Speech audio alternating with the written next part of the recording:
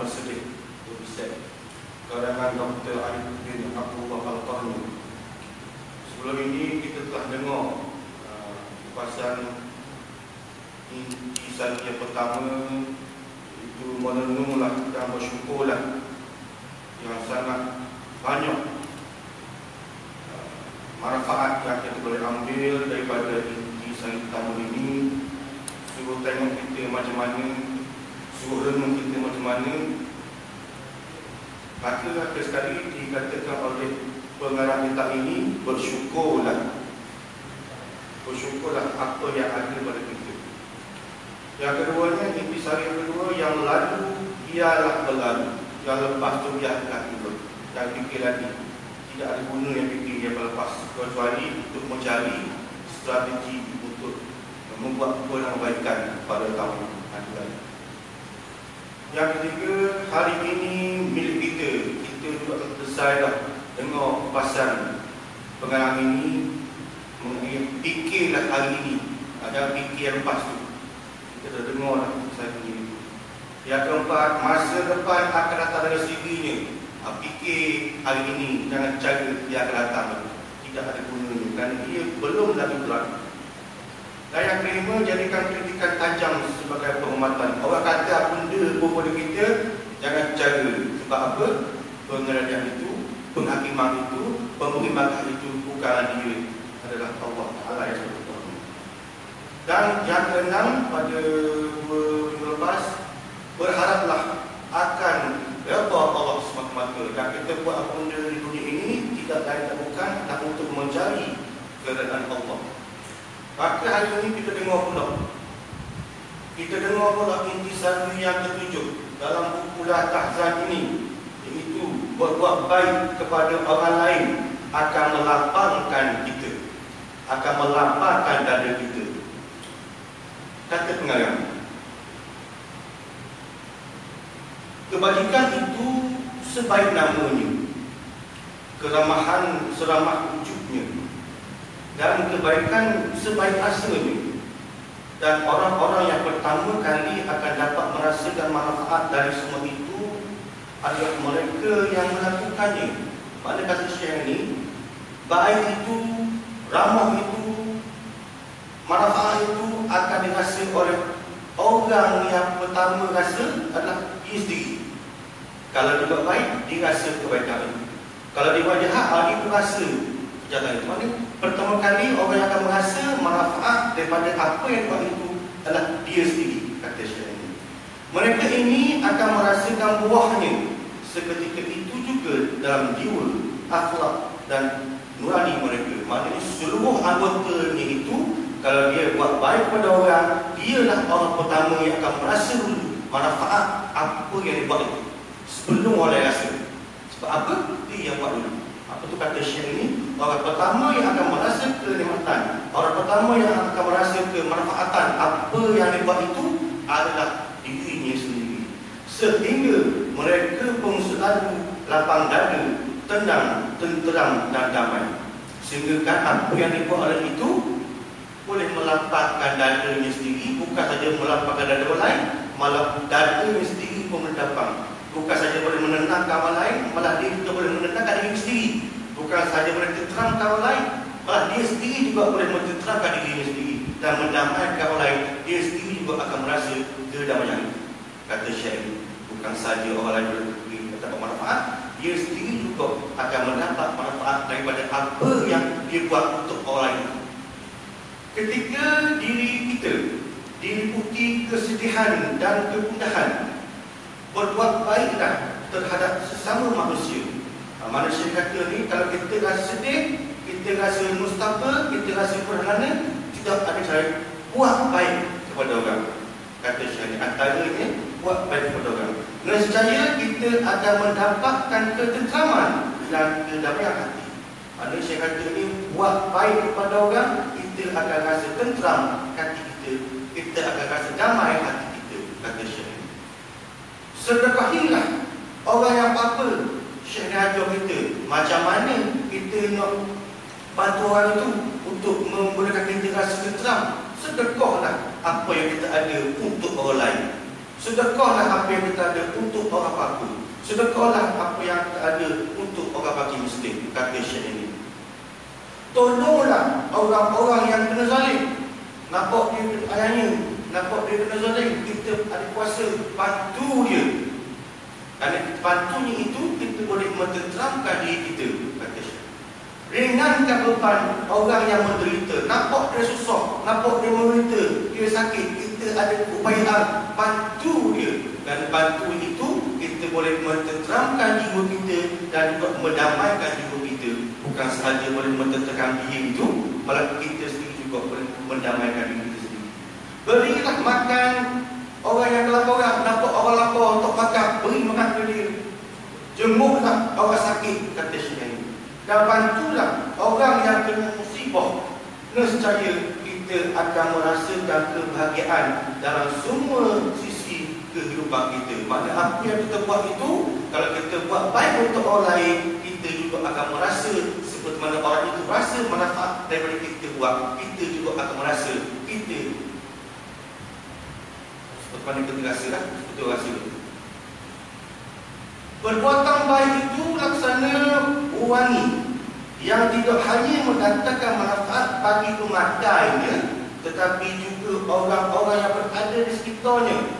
Ingat satu besok, bila kita pakai minyak wangi, contohnya, kita bukan saja pakai minyak wangi untuk kita bau wangi, malah orang yang berada di sekitar kita juga akan bau wangi walaupun dia tak pakai minyak wangi, kerana dia merasa wangi itu tempias daripada kita pakai.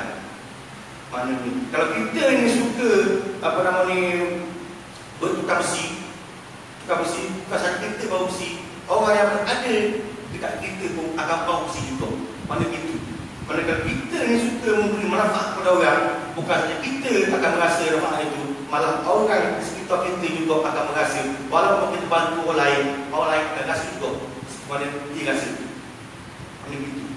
Hebatnya suka tolong orang ni, suka memberi manfaat kepada orang ni, kata Syekh ni sangat hebat orang ni.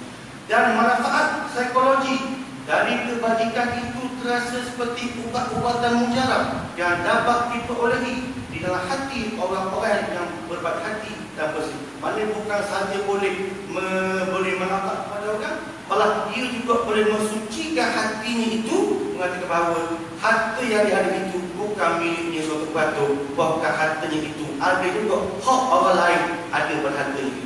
Maka dia membersihkan hartanya itu, dia beri kepada orang itu. Itu dalam Islam itu zakat. Menyucikan harta antaranya zakat, beri ke orang. Jangan fikir kita keluar sikit itu, kita akan rasa apa-apa kerana jangan fikir. Bila kata itu, itu ingatlah itu bisikan syaitan yang akan mengatakan bahawa kalau kita beri ke orang, kita akan jadi miskin. Itu rayuan syaitan. Jangan dengar apa yang syaitan bisi. Kerana saya kita terugi di dunia, bahkan juga rugi di akhirat. Menebar senyum manis kepada orang yang miskin akhlak merupakan sedekah jariah. Maknanya bila kita senyum manis ini, kita boleh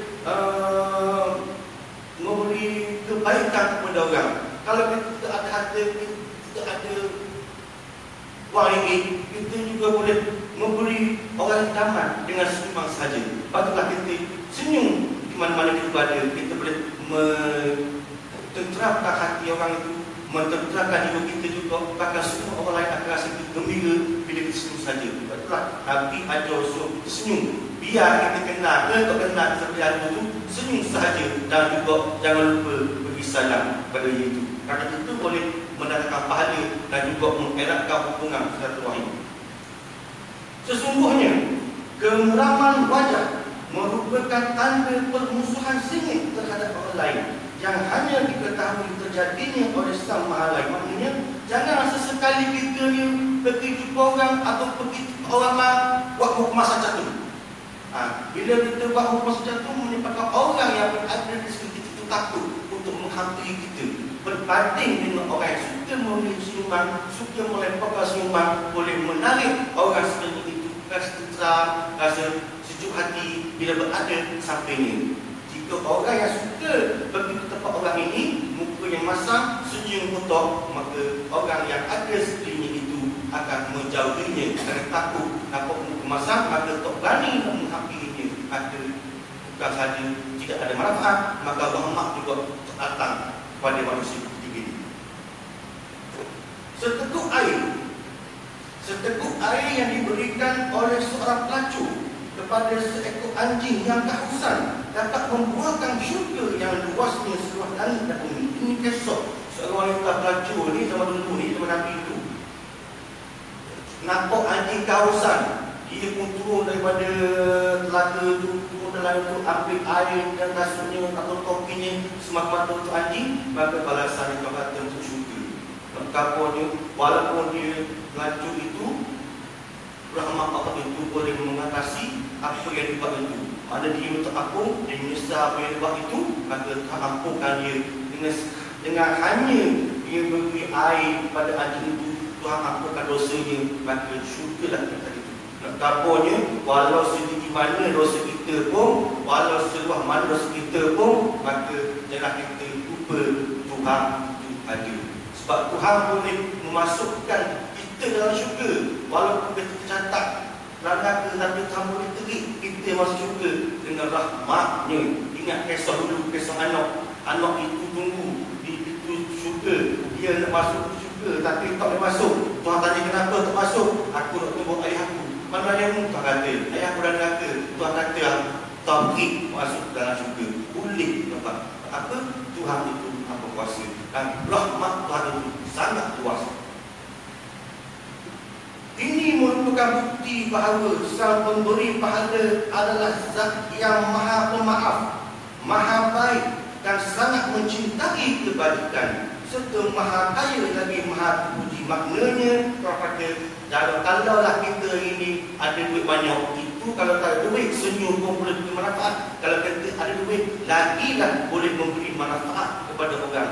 Bukan sahaja ini dapat balasan, bahkan di akhirat Tuhan akan beri balasan sebanyak-banyak kepada diri ini. Ingat kisah Poti dulu, seorang lelaki, seorang ketua negara, jumpa orang lelaki miskin, tak ada makanan, diberi roti separuh. Maka jumpa pula orang yang tak ada baju, beri baju ke dia. Maka bila mati tu Tuhan nampakkan dia itu syurga sangat tinggi membunuh, hasil daripada dia sedekah roti separuh sahaja dan baju yang tusuk pada orang itu. Kalau dia tahulah itu boleh memberi pahala banyak, rasanya dia kata akan beri semua sekali kepada orang miskin untuk mencari pahala setinggi-tingginya. Itu ganjaran Tuhan kepada orang yang sudah memberi kepada orang lain. Wahai orang-orang yang merasa terancam oleh impitan kesengsaraan, kecemasan dan kegundahan hidup, kunjungilah taman-taman kebajikan. Kata Syekh ini, wahai orang-orang yang rasa terancam, dia sengsara rasa terancam, bila dia cemas dia rasa bergelana terancam, bila dia gundah dia rasa terancam, maka tidak ada cara lain untuk menghilangkan kesengsaraan, untuk menghilangkan kecemasan, untuk menghilangkan kegelahan itu. Kunjungilah taman-taman kebajikan, kunjungilah tempat-tempat yang boleh memberi kita manfaat kepada kita. Sibukkanlah diri kita dengan memberi atau mengunjungi atau membantu atau menolong atau meringankan beban bersama kita. Itu cara kita boleh menghindarkan diri kita daripada kesengsaraan, boleh menghindarkan diri kita daripada kecemasan. Bila kita tolong orang, Tuhan akan tolong kita. Sebab bila kita beri ke orang, Tuhan akan balas 70 buahkan harta, 70 kali ganda. Tuhan akan beri pula kepada kita dalam bentuk apa? Allahu'alam. Tuhan tahu. Tapi yang pastinya bila kita beri ke orang, Tuhan akan balas semula sebanyak-banyak. Bukan sahaja di dunia, bahkan juga di akhirat Tuhan akan balas.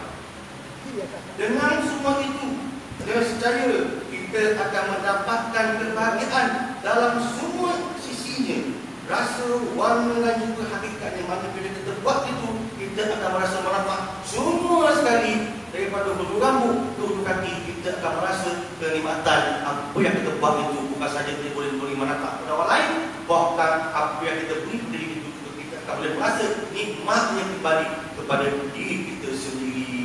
Itu yang kita nak. Sebab hidup ini sangat pendek. Kita carilah pahala sebanyak-banyak mungkin untuk dibawa bekalan ke sana. Kita takutnya bila kita mati, kita tidak ada pahala. Dan tak ada pahala, muflis pula di akhirat.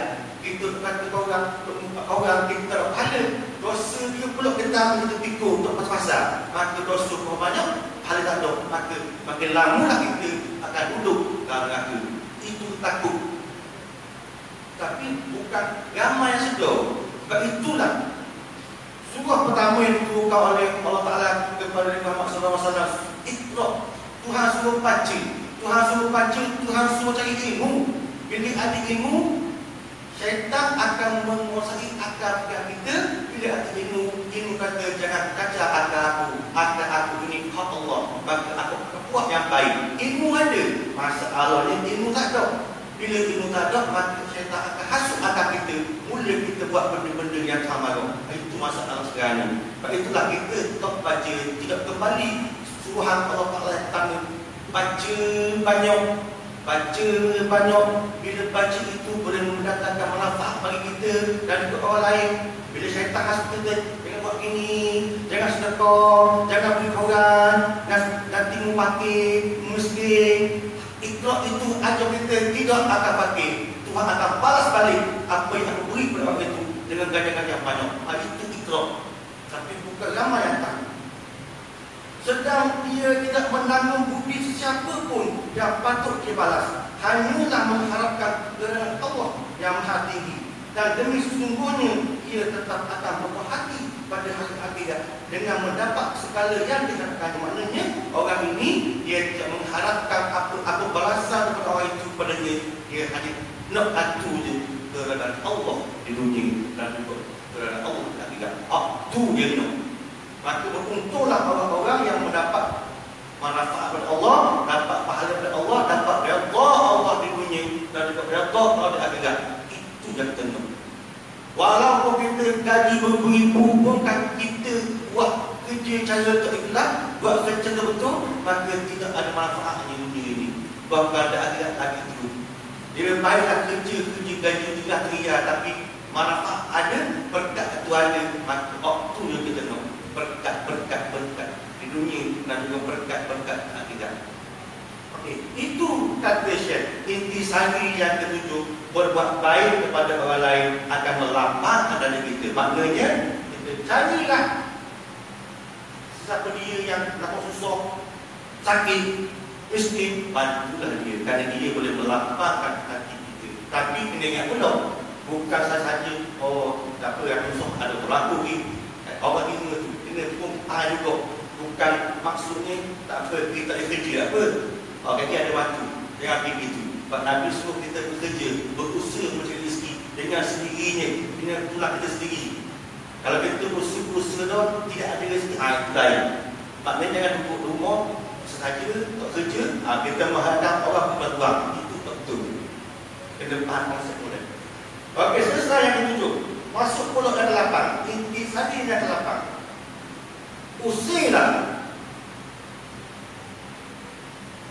Usirlah kekosongan dengan kesibukan.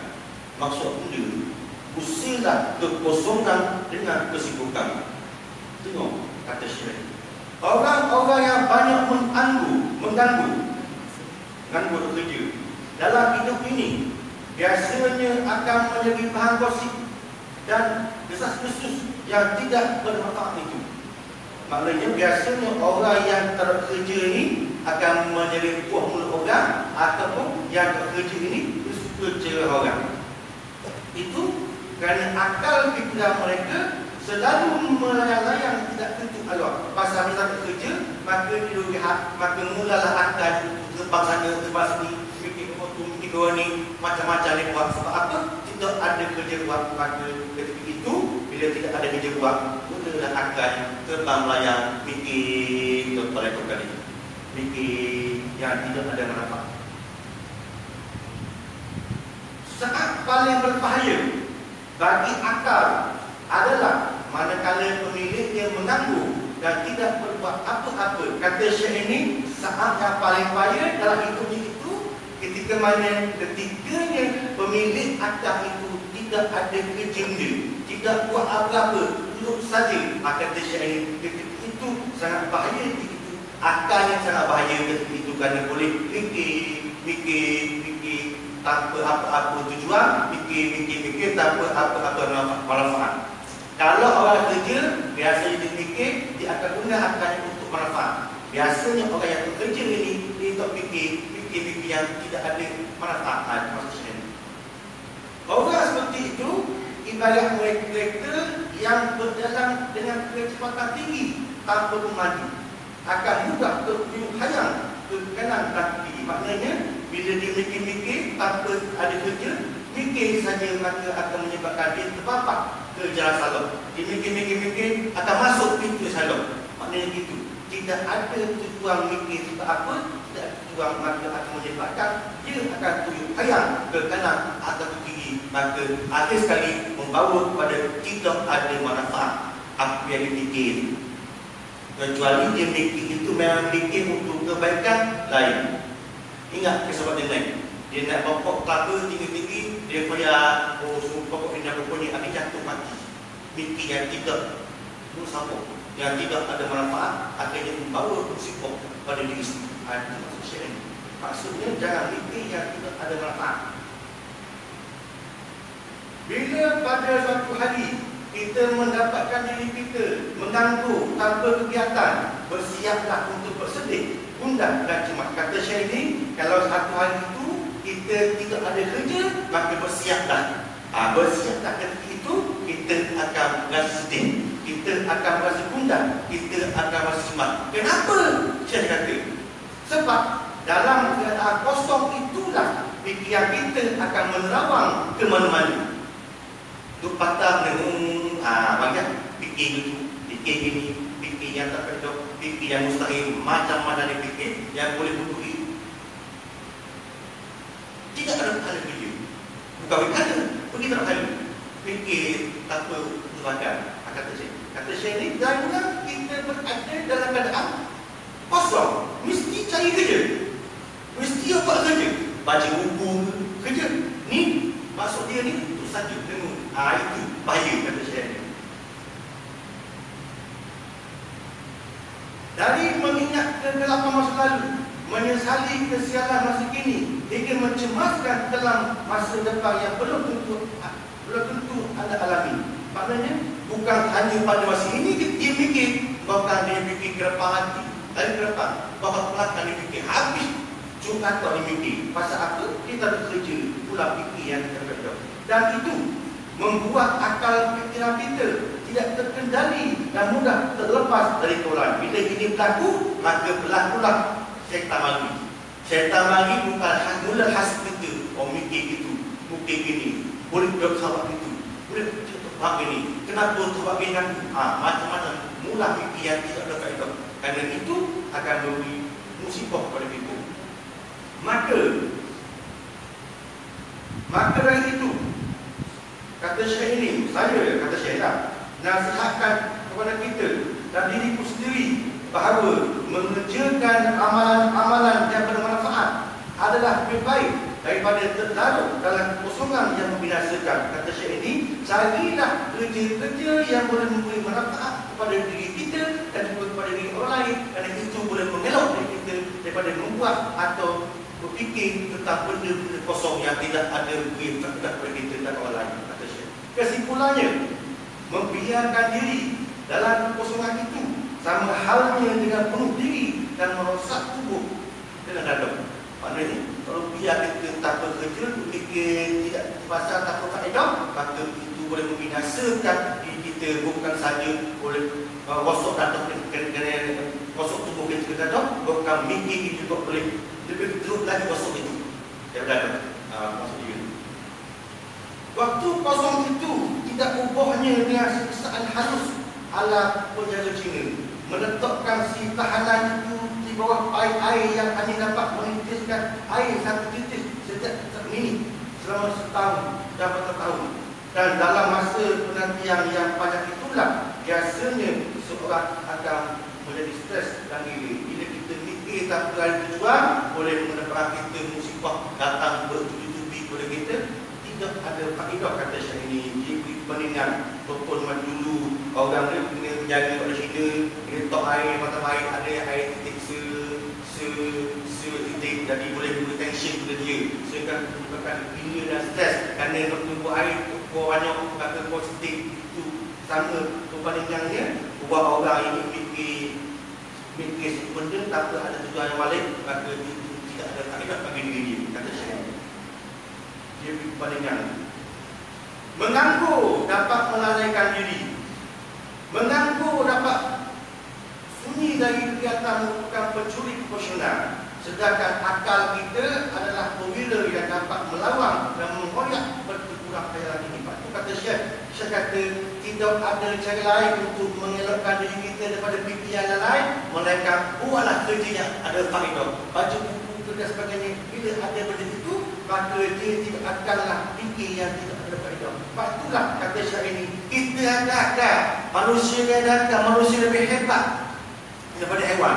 Haiwan ada otak, tak ada akal. Kita ada otak, tak ada akal. Tapi kita ada akal ni, kata saya ni, gunakanlah akal itu sebaik mungkin untuk benda baik. Kalau kita ada akal, kita tak guna akal, maka kita lebih hina daripada haiwan. Dan kita lebih hebat daripada mereka, sebab mereka tak ada akal. Sebab tu hebat manusia ini, sebab dia ada akal. Mereka tak ada akal, tapi kita ada akal, tak guna akal, kita lebih hina daripada haiwan yang tak ada akal ada otak. Itu kata saya ni. Sebab tu kita adakan akal akan pandu kita benda yang baik. Akal akan pandu kita benda yang boleh membawa kebaikan. Maka janganlah fikir benda yang tak ada. Sebab itu ikhraq dulu masa turun wahyu tu. Nabi suruh baca. Bila ada baca, bila ada ilmu, maka bila kita duduk kosong dengan fikir yang sama, fikir yang melawang, maka ikhraq kata kau kita. Jangan buat gitu. Tegur tu akal. Akal bila kosong akan balik akal iblis untuk menyesatkan kita. Takut. Itulah akal mesti ada. Dan dia sekalian ikhraq. Ilmu tu. Ilmu ada, akal ada, maka sempurnalah diri itu di dunia dan juga di akhirat.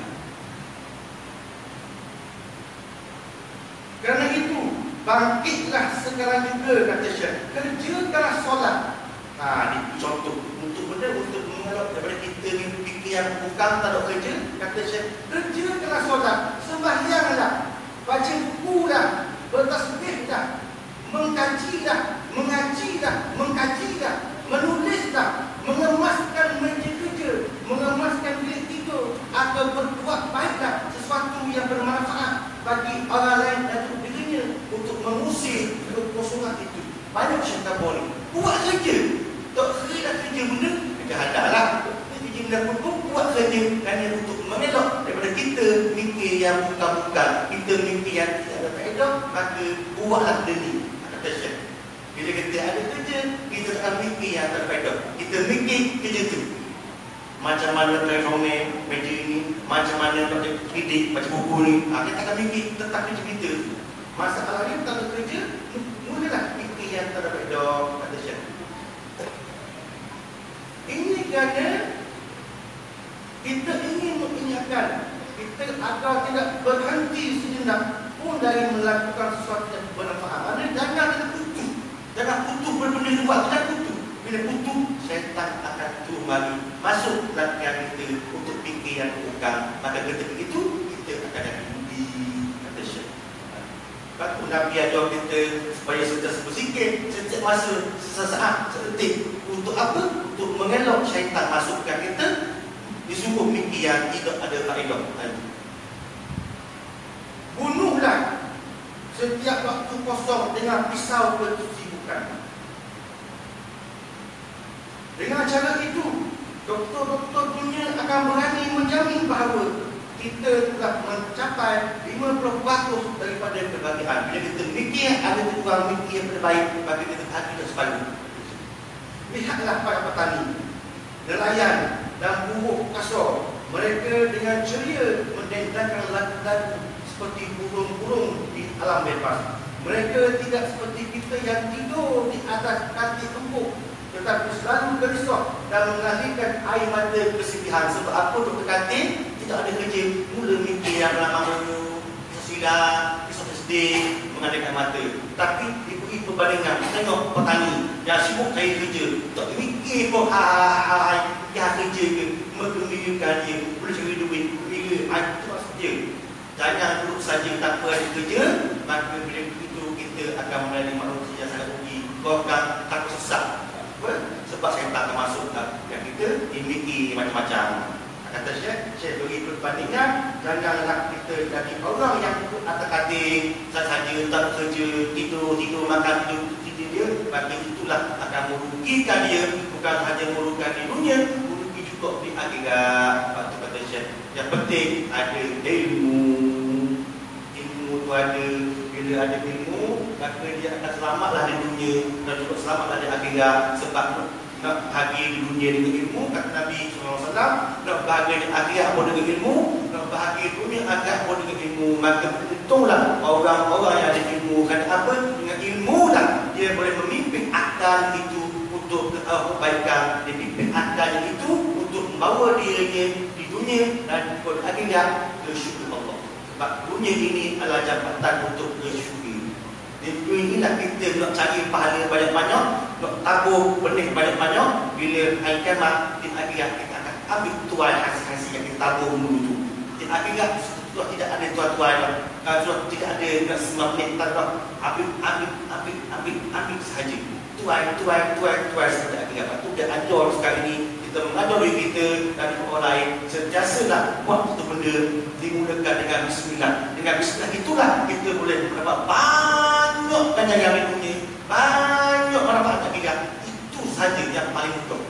Kita duit tak ada banyak, maka senyum pun sedekah. Sedekah itu boleh beri bahagia kepada kita dan juga bahagia kepada orang lain. InsyaAllah.